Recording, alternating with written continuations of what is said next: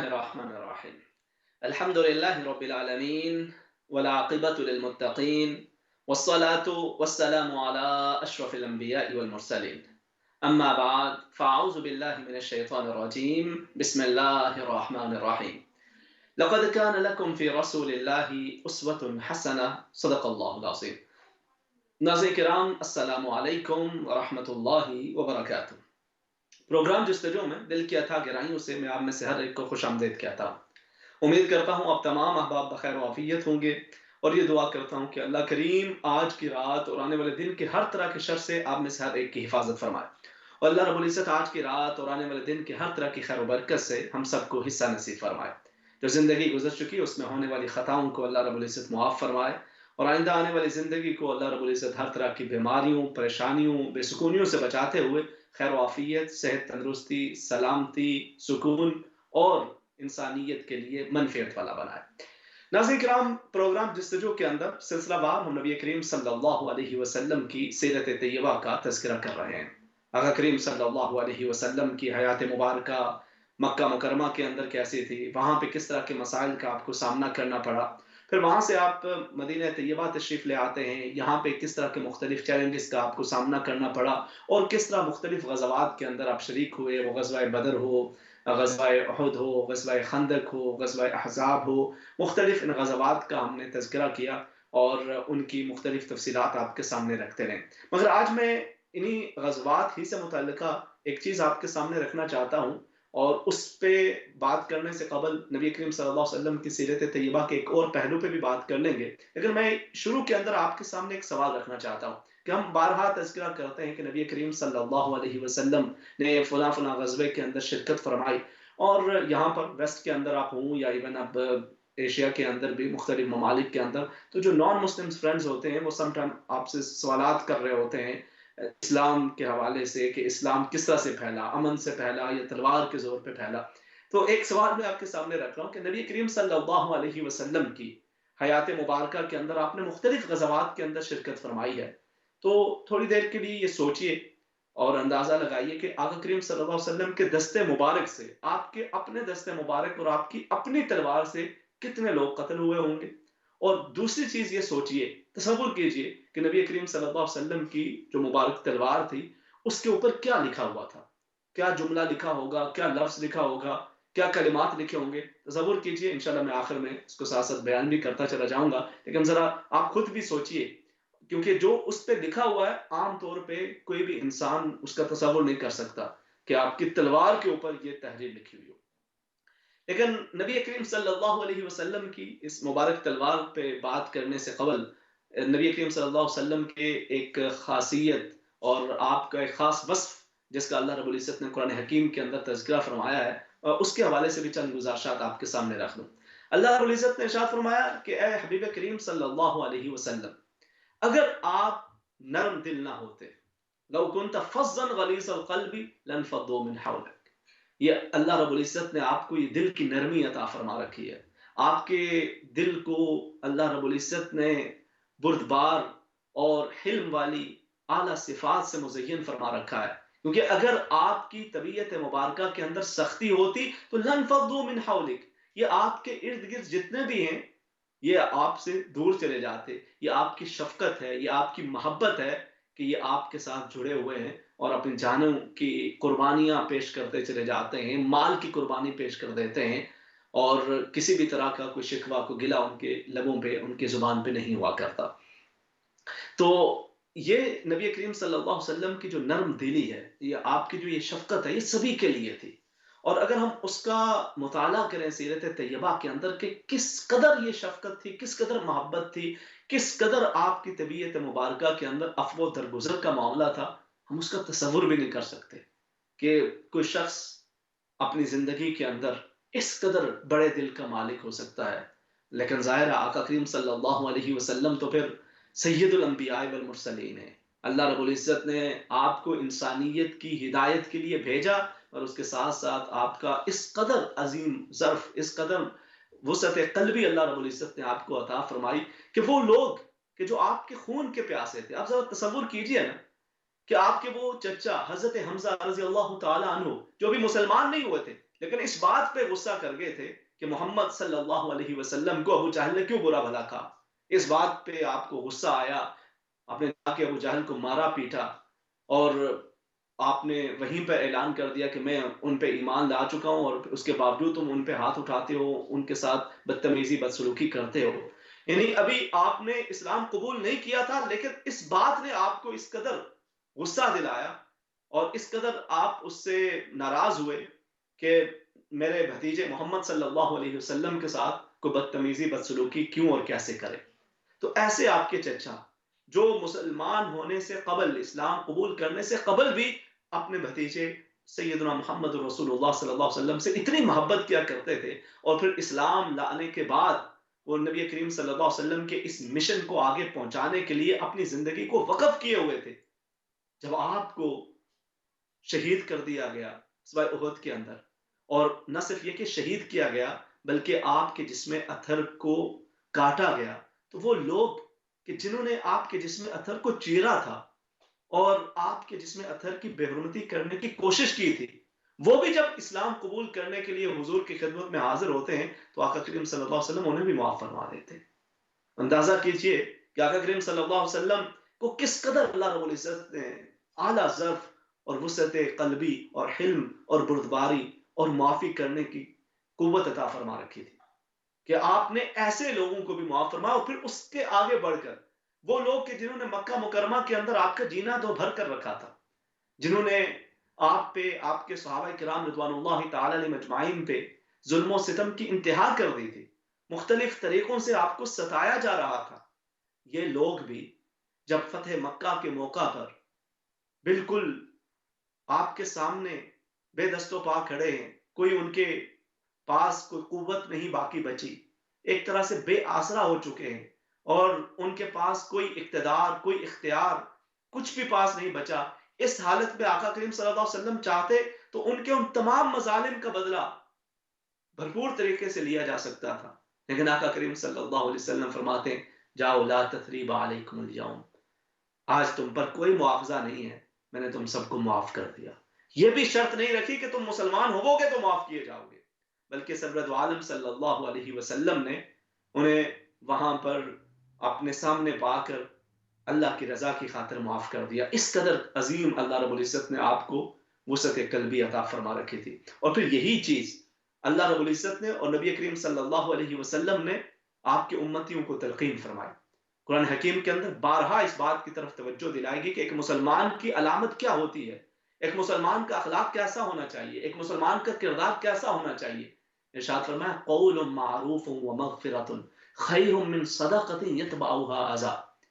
اگر کوئی شخص اپنی کمائی سے، بڑی مشقت، بڑی محنت سے کمائے ہوئے مال میں سے اللہ کی راہ کے اندر خرچ کرتا ہے، اللہ کی راہ میں لٹاتا چلا جاتا ہے، اللہ کی راہ کے اندر غریبوں مسکینوں کو دیتا چلا جاتا ہے، بہت بڑا اجر ہے، بہت بڑا مقام ہے. اسی عمل کی وجہ سے نبی کریم صلی اللہ علیہ وسلم نے حضرت عثمان غنی رضی اللہ تعالی عنہ کو جنت کی بشارتیں بھی عطا فرمائی اور یہ نوید بھی سنائی کہ آج کے بعد آپ جو بھی عمل کریں گے آپ کا کوئی عمل آپ کو نقصان نہیں پہنچائے گا. لیکن ارشاد فرمایا کہ اگر کوئی شخص کسی کو مال دے کر احسان جتلائے اور اسے احساس دلائے کہ دیکھو میں نے تم پہ فلاں فلاں احسانات کیے ہیں، تو فرمایا کہ اس سے بہتر یہ ہے کہ انسان اچھی بات کر لے. قول معروف ومغفرۃ، اچھی بات کر لینا، کسی کو معاف کر دینا، یہ اس صدقہ سے بہتر ہے کہ جس کے بعد کسی کو ستایا جائے، کسی کا دل دکھایا جائے، کسی کو اذیت پہنچائی جائے، کسی پہ طنز کیا جائے، کسی کو مال دے کر اسے لوگوں کے سامنے شرمندہ اور رسوا کیا جائے. اللہ رب العزت کو یہ پسند نہیں. اسی طرح ایک اور مقام پر اللہ رب العزت نے اپنے بندوں کی نشانیاں بیان فرمائی. ارشاد فرمایا عباد الرحمن الذین یمشون علی الارض ہونا، کہ میرے بندے وہ ہیں کہ جب وہ زمین پہ چلتے ہیں تو بڑی عز و انکساری کے ساتھ چلتا کرتے ہیں، ان کے اندر غرور و تکبر نہیں ہوتا، وہ خود کو دوسروں سے بہتر و برتر نہیں سمجھا کرتے، بلکہ ان کے اندر عاجزی ہوتی ہے، ان کے اندر ایک سکون، ایک بردباری، ایک حلم اور دوسروں سے خود کو بہتر نہ سمجھنے کا جذبہ ان کے دلوں کے اندر ہوتا ہے. ایسا نہیں کہ وہ خود کو دوسروں سے بہتر سمجھتے ہوں، بلکہ انہی جیسا یا ان سے بھی کم تر خود کو سمجھتے ہیں، اور ہمیشہ اللہ رب العزت کے خوف سے ان کے دل لرزتے رہتے ہیں۔ یہ اللہ کے بندوں کی نشانیاں ہیں۔ یہ وہ بندے ہیں کہ جن کی راتیں عبادت کے اندر گزرتے ہیں، جن کے دن روزوں میں گزرتے ہیں، مگر اس کے باوجود ایسا نہیں ہے کہ ان کی عبادت رات کے اندر جاری ہو، صبح روزے سے ہوں اور پھر دوسرے لوگوں کے ساتھ وہ بدسلوکی کرنا شروع کر دیں، انہیں کمتر سمجھنا شروع کر دیں، بلکہ وہ راتوں کو جاگ جاگ کر بھی صبح اللہ کے حضور یہی عرض کر رہے ہوتے ہیں کہ باری تعالیٰ تو ہمیں معاف فرما دے، اور اللہ کے بندوں کے ساتھ محبت کا سلوک کیا کرتے ہیں۔ یہی وہ چیز ہے جو نبی کریم صلی اللہ علیہ وسلم نے اپنے صحابہ کرام رضوان اللہ تعالی مجمعین کو سکھائی۔ وہ جب حضرت ابوبکر صدیق رضی اللہ تعالی عنہ نے اپنے عزیز حضرت مصطح بن اثاثہ رضی اللہ تعالی عنہ کو جو مشاہرہ آپ دیا کرتے تھے، جو ماہانہ ان کی سپورٹ کیا کرتے تھے، جب اس کو روک دیا کیونکہ انہوں نے حضرت عائشہ صدیقہ رضی اللہ تعالی عنہا پہ لگائے جانے والے بہتان آگے دوسروں تک پہنچائے، تو حضرت ابوبکر صدیق رضی اللہ تعالی عنہ نے اسی وجہ سے ان کے اس ماہانہ ہیلپ کو، سپورٹ کو روک دیا۔ تو اللہ رب العزت نے قرآن حکیم کے اندر ارشاد فرمایا الا تحبون ان یغفر اللہ لکم، کیا تم نہیں چاہتے کہ اللہ رب العزت تمہیں معاف کر دے؟ اگر یہ چاہتے ہو کہ اللہ معاف کر دے، وَلْيَعْفُوا وَلْيَصْفَحُوا، تو تمہیں بھی یہ چاہیے کہ تم دوسروں کو معاف کرتے رہو اور ان سے درگزر کرتے رہو، کیونکہ یہ آسان نہیں ہوتا، اور خاص طور پر ایسے لوگوں کے ساتھ کہ جن کے ساتھ آپ نے احسان کیا ہو، جن کے ساتھ آپ نے بھلائی کی ہو، جن کے لیے آپ نے مختلف طریقوں کے ساتھ آسانیاں پیدا کی ہوں، جب وہ آپ کو ستائیں، وہ تکلیف پہنچائیں، تو ایسوں کو معاف کرنا اور بھی مشکل ہوتا ہے۔ لیکن اگر انسان رب کی رضا کی خاطر ایسوں کو بھی معاف فرما دے تو اللہ رب العزت کے حبیب کریم صلی اللہ علیہ وسلم نے ارشاد فرمایا کہ اللہ رب العزت اس کی عزت کے اندر اضافہ کرتا ہے۔ وہ تو ہو سکتا ہے اس کی عزت کو گھٹانا چاہتے ہوں، وہ تو ہو سکتا ہے اسے ستانا چاہتے ہوں، اسے تکلیف پہنچانا چاہتے ہوں، مگر رب تعالیٰ اس کی عزت کے اندر جو اللہ کی رضا کی خاطر اپنی انا کی قربانی دے دے، جو اللہ کی رضا کی خاطر دوسرے کو معاف کر دے نہ چاہتے ہوئے بھی، اس کو معاف کر دینے والا ہو، تو اللہ رب العزت اس کی عزت، اس کے وقار، اس کے مرتبے کے اندر اضافہ فرما دیا کرتا ہے۔ تو آقا کریم صلی اللہ علیہ وسلم کی حیات مبارکہ کے اندر یہی چیز نظر آتی ہے۔ آپ نے ساتھ یہ بھی ارشاد فرمایا کہ ان الرجل لیدرک بالحلم، ایک شخص اپنے حلم کی وجہ سے، اپنی بردباری کی وجہ سے، اپنی عاجزی انکساری کی وجہ سے اس شخص کا مقام پا لیتا ہے کہ جو القائم الصائم ہوا کرتا ہے، جو راتوں کو اٹھ اٹھ کر رب کی عبادت کرتا ہے، جو دن بھر روزے رکھا کرتا ہے۔ ہو سکتا ہے کہ یہ عبادت کو اگر ماپا جائے اور عبادت کے حوالے سے اگر مقابلہ کیا جائے تو یہ اس کے برابر نہ ہو، اس کے فقط فرائض ادا ہو رہے، اس قدر راتوں کو جاگ کر قیام نہیں ہے، دن کا روزہ نہیں ہے، لیکن طبیعت کے اندر عاجزی ہے، انکساری ہے، دوسروں کو معاف کرنے کا جذبہ ہے، حلم ہے، بردباری ہے، تو اللہ رب العزت اسے بھی اسی کا مقام اور اس کی عبادت کا ثواب بھی اللہ رب العزت اسے عطا فرما دیتا ہے۔ تو اس کا ہو سکتا ہے کہ اس کا درجہ اس عمل کی وجہ سے بسا اوقات ایسے لوگوں سے بڑھ جائے کہ جو رات بھر جاگیں، دن بھر روزہ رکھیں، لیکن طبیعت کے اندر وہ معاف کرنے کا جذبہ موجود نہ ہو، حلم نہ ہو، بردباری نہ ہو۔ اللہ رب العزت کو حلم والے، بردباری والے، معاف کرنے والے، درگزر کرنے والے بڑے محبوب ہوا کرتے ہیں۔ پھر نبی کریم صلی اللہ علیہ وسلم نے اپنی حیات مبارکہ کے اندر جو ایک مثال قائم کی، وہ غزوہ احد ہے، وہ غزوہ بدر ہے، وہ اس کے بعد کے جتنے غزوات ہیں اس کے اندر یا پھر ان غزوات سے ہٹ کر بھی آقا کریم صلی اللہ علیہ وسلم نے ہمیشہ دوسروں کو معاف فرمایا۔ اور ایک موقع پر نبی کریم صلی اللہ علیہ وسلم نے ذکر فرمایا کہ ایک نبی تھے، اللہ کے ایک نبی تھے کہ جن کو ان کی قوم نے اس قدر مارا کہ ان کا چہرہ لہو لہان ہو گیا، اور وہ اپنے چہرے کو صاف کر رہے تھے، وَيَمْسَحُ وَجْهَهُ وَيَقُولُ رَبِّ اغْفِرْ قَوْمِي فَإِنَّهُمْ لَا يَعْلَمُونَ، وہ اپنے چہرے سے اپنے خون کو صاف کرتے ہوئے اللہ کے حضور یہ دعا کر رہے تھے کہ اے الہ العالمین میری قوم کو معاف فرما دینا کہ انہیں علم نہیں ہے، انہیں خبر نہیں ہے کہ یہ کیا کر رہے ہیں۔ تو اللہ رب العزت کہ یہ حبیب کریم صلی اللہ علیہ وسلم کی حیات مبارکہ خود بھی اسی طرح سے ہے، اور دیگر انبیاء کرام علیہ السلام کی مثالیں بھی آپ صحابہ کرام کو ارشاد فرماتے کہ تاکہ انہیں اندازہ ہو کہ کس طرح کے مصائب، کس طرح کی تکالیف اللہ کے نیک بندوں نے اٹھائیں، اور اس کے باوجود وہ صبر و استقامت کا پیکر بنے رہے۔ اب اس میں کس نبی کا ذکر ہے؟ حضرت علامہ ابن حجر عسقلانی علیہ رحمہ آپ نے ذکر فرمایا کہ علماء نے یہاں پہ مختلف اس کی توجیحات ذکر کی ہیں. اس میں ایک تو انہوں نے ذکر کیا کہ اس سے مراد حضرت نوح علیہ السلام ہے کہ آپ نے 950 سال اللہ رب العزت کی طرف لوگوں کو بلایا، انہیں نیکی کی تلقین کی، مگر وہ آپ کی بات سننے کے لیے تیار نہ تھے. وہ آپ کو اذیت پہنچاتے، آپ پہ آوازیں کستے اور آپ کو مختلف طریقے کے ساتھ ستایا کرتے تھے، مگر اس کے باوجود وہ اس قدر ان کی طرف سے اذیت تکلیف کے باوجود آپ ان کے لیے دعا بھی مانگتے اور انہیں پھر رب تعالیٰ کی عظمت، اس کی رفتیں اور اللہ رب العزت کے انعامات و اکرامات یاد دلا کر اس کی طرف لوٹنے کی تلقین فرمایا کرتے تھے. کسی نے کہا کہ اس سے مراد جناب سیدنا موسیٰ علیہ السلام ہے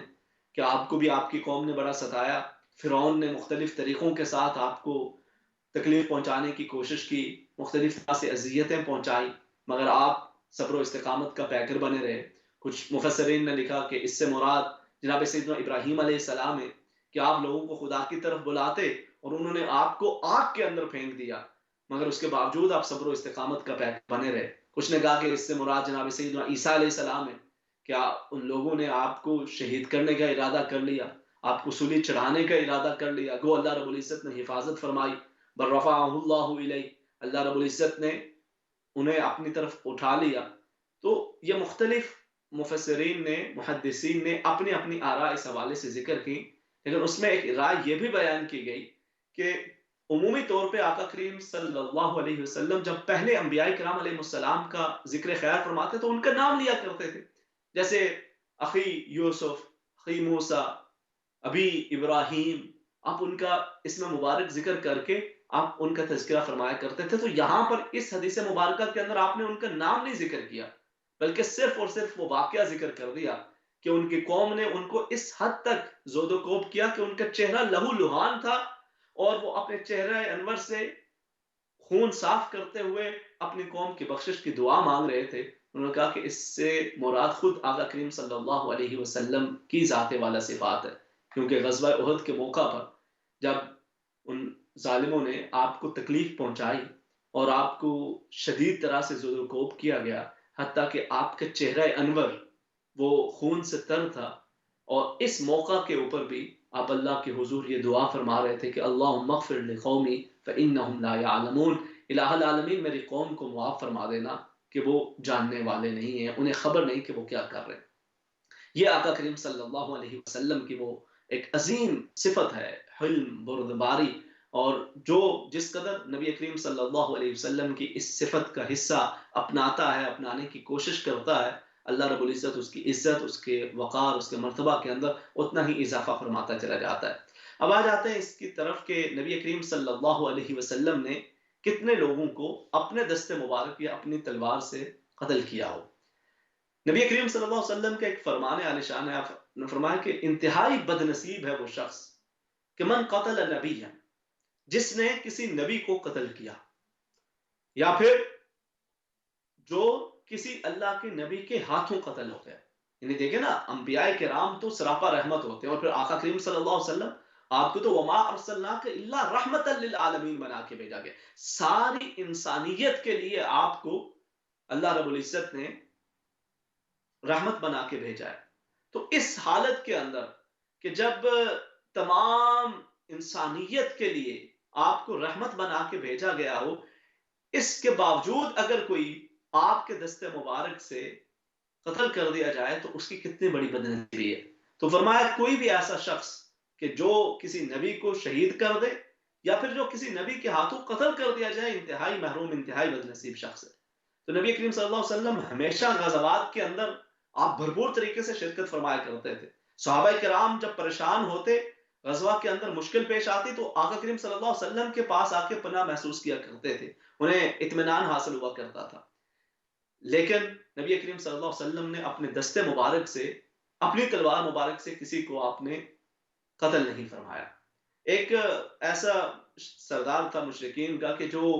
بالکل ابتدائی اسلام کے اندر ہی نبی کریم صلی اللہ علیہ وسلم کو ستایا کرتا تھا، اور ابن خلف اس کا یہی ارادہ ہوتا کہ جہاں پر بھی نبی کریم صلی اللہ علیہ وسلم تشریف لے جاتے تو وہ آپ کو مختلف طریقوں سے اذیت بھی پہنچاتا، اور ساتھ یہ کہا کرتا کہ محمد صلی اللہ علیہ وسلم میں نے خاص ایک گھوڑا تیار کر رکھا ہے، اور خاص تلوار تیار کر رکھی ہے، میں اسی گھوڑے پہ سوار ہو کے آؤں گا، اپنی وہ خاص تلوار لے کے آؤں گا اور اس کے ساتھ آپ کو قتل کر دوں گا معاذ اللہ۔ تو اس طرح سے وہ بار بار یہ دعوے کیا کرتا۔ تو آقا کریم صلی اللہ علیہ وسلم نے فرمایا ایک موقع پر کہ انشاءاللہ اللہ تجھے میرے ہاتھوں قتل کرائے گا۔ تو وقت گزرتا رہا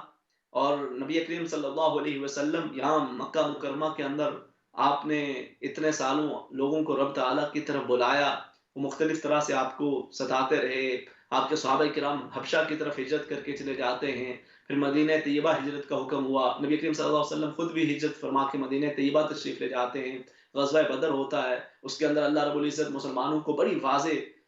فتح عطا فرماتا ہے۔ اس کے بعد پھر جب غزوہ احد ہوا تو غزوہ احد کہ جیسے ہم نے پہلے بھی تذکرہ کیا تھا کہ وہ مسلمانوں کے لیے بڑا مشکل سا ایک مرحلہ تھا، صحابہ کرام رضوان اللہ تعالی علیہم اجمعین کو اس میں بڑی مشکلات کا سامنا کرنا پڑا تھا۔ تو اس موقع پر اب اس نے یہ ارادہ کیا کہ نبی کریم صلی اللہ علیہ وسلم کو شہید کر دے،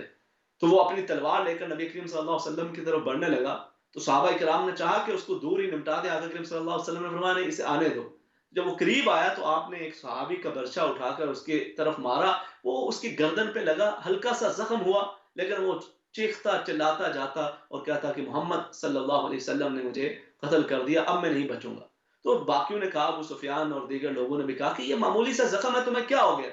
نے کہا نہیں، محمد صلی اللہ علیہ وسلم نے مجھے وہاں پہ یہ کہا تھا کہ اللہ تمہیں میرے ہاتھوں سے قتل کرائے گا، یہ اگرچہ یہ چھوٹا سا زخم ہے لیکن یہی میری موت کا سبب بنے گا۔ اور یہی ہوا کہ وہ واصل جہنم ہوا۔ لیکن نبی کریم صلی اللہ علیہ وسلم کی حیات مبارکہ کے اندر ایک یہی واقعہ اس حوالے سے ملتا ہے۔ اب آپ کی جو تلوار مبارک تھی کہ جس کو مختلف غزوات کے اندر آپ نے استعمال بھی فرمایا، آپ لے کے جاتے رہے، اس تلوار کے اوپر کیا لکھا ہوا تھا؟ حضرت سیدنا علی المرتضیٰ رضی اللہ تعالی عنہ نے اس کا تذکرہ فرمایا کہ میں نے نبی کریم صلی اللہ علیہ وسلم کی اس تلوار کو ملاحظہ کیا تو میں نے اس کے اوپر یہ لکھا ہوا پایا۔ آپ تصور کریں کہ کسی کی تلوار کے اوپر یہ لکھا ہوا، اور آقا کریم صلی اللہ علیہ وسلم جب بھی اس تلوار مبارک کو اٹھاتے تو اس پہ یہ لکھا ہوتا کہ اعف عمن ظلمک، معاف فرما دیجیے اسے کہ جس نے آپ پہ ظلم کیا ہے۔ آگے یہ لکھا ہوتا کہ صل من قطعک، اس سے صلہ رحمی کیجیے، اس سے جوڑیے جو آپ سے توڑنے کی کوشش کرے۔ مزید اس پہ پہلے اعف عمن ظلمک، صل من قطعک، احسن الی من اساء الیک، جو آپ کے ساتھ بدسلوکی کرے، برا کرے، اس کے ساتھ اچھا کرنے کی کوشش کرو، اس کے ساتھ اچھا کرو۔ اور پھر آگے وقل الحق ولو علی نفسک، اور ہمیشہ حق بات کہیے اگرچہ وہ آپ کے خلاف ہی کیوں نہ جاتی ہو۔ یہ وہ جملے تھے، یہ وہ کلمات تھے جو آقا کریم صلی اللہ علیہ وسلم کی اس تلوار مبارک کے اوپر درج ہیں۔ اب اندازہ کیجئے کہ جب نبی کریم صلی اللہ علیہ وسلم میدان جنگ کے اندر اس تلوار کے ساتھ موجود ہوتے تو اس پہ جب یہ لکھا ہوتا تو پھر آقا کریم صلی اللہ علیہ وسلم کی حیات مبارکہ کے دیگر جو ایام ہیں اس سے ہٹ کر آپ کس قدر سراپا رحمت ہوتے ہوں گے۔ اور اس کے اندر امت کے لیے بھی یہ درس ہے، یہ سبق ہے کہ جس امت کے نبی صلی اللہ علیہ وسلم کی تلوار کے اوپر بھی یہ درج ہو کہ جو ظلم کرے تمہارے اوپر اسے معاف کر دو، جو تمہارے ساتھ زیادتی کرے اسے معاف کر دو، جو تمہارے ساتھ توڑنے کی کوشش کرے اس کے ساتھ جوڑو، جو برا کرے اس کے ساتھ اچھا کرو، اور ہمیشہ سچ بات کو اگرچہ وہ تمہارے خلاف ہی کیوں نہ جاتی ہو۔ تو اس امت کا کریکٹر کیسا ہونا چاہیے؟ جب آقا کریم صلی اللہ علیہ وسلم جناب سیدنا علی المرتضیٰ رضی اللہ تعالی عنہ کو خیبر کے موقع پر علم عطا فرما رہے ہیں تو ساتھ ہی یہ نصیحت فرما رہے ہیں کہ علی رضی اللہ تعالی عنہ یاد رکھیے کہ اگر آپ کی وجہ سے کوئی ایک شخص بھی ہدایت حاصل کر جاتا ہے تو وہ بہت سارے سرخ اونٹوں کے حاصل ہو جانے سے زیادہ عظیم نعمت ہے کہ اللہ پاک آپ کے ہاتھوں کسی ایک شخص کو ہدایت عطا فرما۔ یہ وہ نبی کریم صلی اللہ علیہ وسلم کی سیرت طیبہ کا ایک خوبصورت پہلو ہے جس کی جانب بسا اوقات ہماری اس طرح سے توجہ نہیں جاتی۔ لیکن آج کی اس سوسائٹی کے اندر کہ جب ہمارے گھر ٹوٹ پھوٹ کے شکار ہو رہے ہوں، جب دلوں کے اندر دوریاں پیدا ہو رہی ہوں، جب ناراضگیاں نچاکیاں آج روز بڑھتی چلی جائیں، ادھر شادی ہوتی ہے، عرصے بعد طلاق کی نوبت جا پہنچتی ہے، بہن بھائی ایک دوسرے سے دور ہو رہے ہوں، اس میں نبی کریم صلی اللہ علیہ وسلم کی سیرت طیبہ کا یہ گوشہ نظر میں رہے تو دلوں کے اندر محبت بھی بڑھے گی اور گھروں کے اندر سکون بھی حاصل ہوگا۔ اللہ کریم ہمیں نبی کریم صلی اللہ علیہ وسلم کی اطاعت نصیب فرمائے، آمین بجاہ النبی الامین۔